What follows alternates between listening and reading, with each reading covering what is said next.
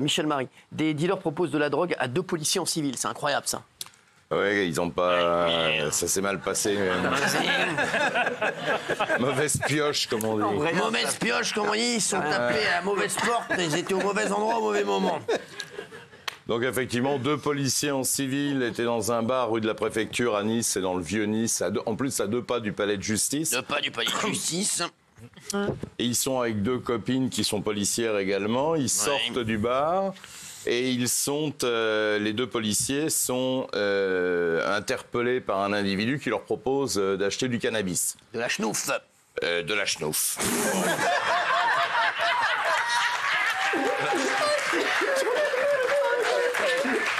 C'est un génie, je l'adore. C'est mythique. Et donc, oui. Et du coup, ils se permettent en plus de faire une réflexion sur le physique d'une des 2 femmes qui les accompagnaient, dans des termes peu élogieux, Et devant l'insistance, à un moment, il y a le policier qui en a marre, qui sort sa carte de police, sa carte de réquisition, et qui dit, bon, écoute, on est de la police, maintenant tu nous emmerdes.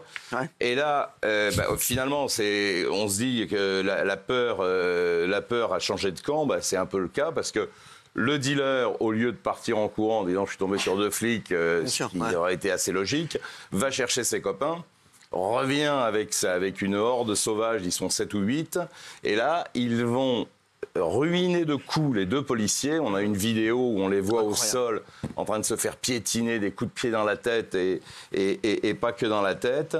Finalement, ils se sont enfuis, la BAC est arrivée, on a interpellé 5. Et là où il y a un véritable scandale, c'est que les 5 qui ont été interpellés, il y a des témoins qui sont les 2 femmes policiers, donc elles savent ce qu'elles ont vu. Il y a une vidéo. Le parquet avait requis le mandat de dépôt, c'est-à-dire la prison. Et le juge de la liberté de la détention a considéré que c'était pas utile de les mettre en prison. Donc on les a remis en liberté et ils sont convoqués pour demain. On va attendre le prochain ministre de la jugés. Justice avec impatience également. Ils doivent être jugés demain devant le tribunal, mais c'est pas sûr qu'ils viennent. Incroyable. Voilà. Incroyable. Gilles Verdez, avant de parler de la Starac, parce qu'il s'est passé un truc en exclusivité, on peut vous le dire. Un homme a essayé de s'introduire dans le shadow de la Starac et c'était extrêmement dangereux. On va en parler dans un instant. Pour les élèves de la Star Academy, c'est un truc de fou ce qui s'est passé aujourd'hui. On a eu des infos exclusives. Gilles Verdez, juste avant, incroyable ovni dans le ciel. Qu'est-ce qui s'est passé ? Absolument. Alors, c'est panique à bord. Ça se passe dans le New Jersey, sur la côte est des États-Unis. Des dizaines de signalements. Les gens voient des objets volants non identifiés. La réponse des autorités fait encore plus peur. Les autorités disent la majorité des signalements concernent des avions pilotés par des humains. La majorité des signalements, donc tous les journalistes là-bas ont dit la majorité, mais et le reste. Donc du coup, on ne sait pas ce que ça signifie exactement. Le FBI, la Maison-Blanche et le Pentagone ont été obligés d'intervenir et de dire il n'y a pas de menace crédible. Mais on ne sait pas ce que c'est, à tel point qu'un sénateur républicain, Jeff Van Drew, envisage, lui, une opération d'espionnage pilotée par un navire iranien. Donc les gens ont l'impression qu'en fait, on veut leur cacher qu'il y a vraiment des objets mystérieux. Il y a une journaliste qui a enquêté et qui a dit « J'ai vu des choses qui ressemblaient à des avions, mais qui ne se déplacent pas comme des avions, qui ralentissent et qui volent plus bas. » Et c'est vrai que quand on voit les images, c'est totalement saisissant. Alors, le pire, c'est que ces engins ne figurent sur aucune application qui suit les avions. Vous savez, qui donne les minutages du trafic aérien. Aucun de ces objets ne figure là-dessus. Ce qui donne à penser que ces objets, ils sont mystérieux. Alors, du côté des autorités, le commandement militaire a dû intervenir et a interdit le survol d'un centre de recherche. Et l'administration fédérale aéronautique vient interdiction de survoler un terrain de golf qui appartient à Donald Trump. Non. Parce qu'ils ont peur, ils ne savent plus ce que sont ces engins, et ils ont peur effectivement qu'il y ait des engins non identifiés, soit venus d'Iran, soit des engins extraterrestres dans le ciel du New Jersey. Ou des drones, hein, peut-être. Ouais, merci. Oui, mais ça, c'est trop rationnel. Merci. Allez, c'est bon, merci. 2 migrants et 2 agents de sécurité tués à Dunkerque. 5 morts et pas de raison. C'est à peu près ça le résumé. Ça se passe samedi, 14 décembre, vers 15h.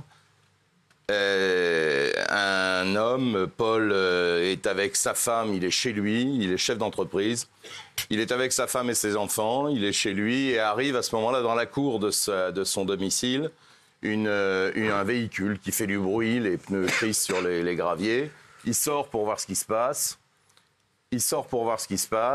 Et à ce moment-là, le conducteur de la voiture qui était dans la cour sort avec des armes à la main et l'abat de plusieurs balles. Sa femme assiste à l'assassinat de son mari. La voiture prend la fuite.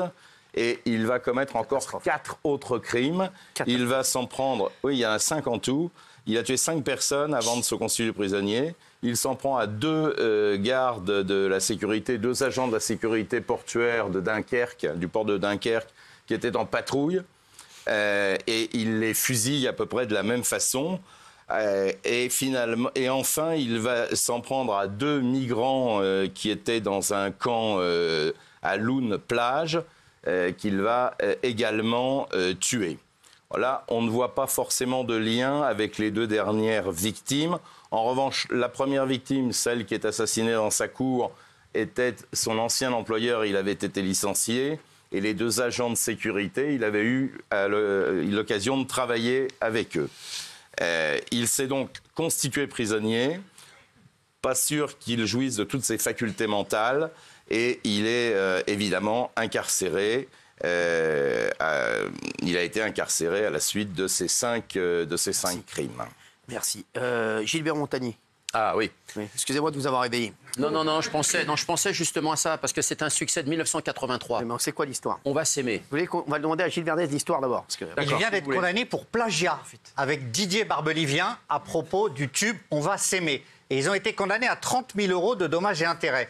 Donc l'affaire remonte effectivement à 2012. Il y a un chanteur italien qui s'appelle Gianni Nazzaro, qui est d'ailleurs décédé en 2021, qui porte plainte en Italie.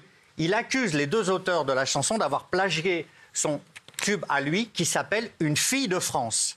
Et la justice italienne va leur donner raison. Donc à ce moment-là, Barbelivien et Montagnier refusent de se plier à la justice italienne. Ils disent « Nous, ce qui nous concerne, c'est en France ». Le seul problème, c'est que l'affaire arrive en France et que la justice française s'en saisit et la Cour d'appel de Paris vient de statuer en faveur de Gianni Nazzaro le 9 octobre. Et donc, les 2 auteurs de la chanson du tube en Italie, qui s'appellent Sivi et Jean-Max Rivière, eh bien, eux, ils viennent de gagner également, ainsi que les héritiers du chanteur italien. Ils vont recevoir 30 000 € et maintenant, il n'y aura plus aucun droit d'auteur pour la chanson « On va s'aimer » pour Montagnier et Barbelivien. Ils sont privés de leur droit d'auteur à partir de maintenant. C'est quoi l'histoire? Voilà. Alors c'est assez bien résumé, mais... Merci. Non, il faut juste préciser une chose. Ouais. On peut écouter les 2 sons, là, pour les téléspectateurs? Sur une chanson, il y a un compositeur et un auteur. Voilà. C'est quoi? Le compositeur... Non, mais 2 minutes, on écoute l'autre son. Ah, si vous voulez. Bah oui. Mais le refrain, il faut partir du refrain sur la 2e chanson de Gianni Nazzaro. Alors, bon, ils l'ont. Directeur Les mecs, vous avez que On va s'aimer, les mecs? Comment vous voulez qu'on compare?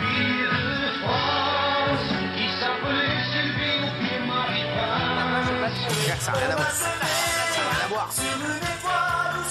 Ça n'a rien à voir. Si.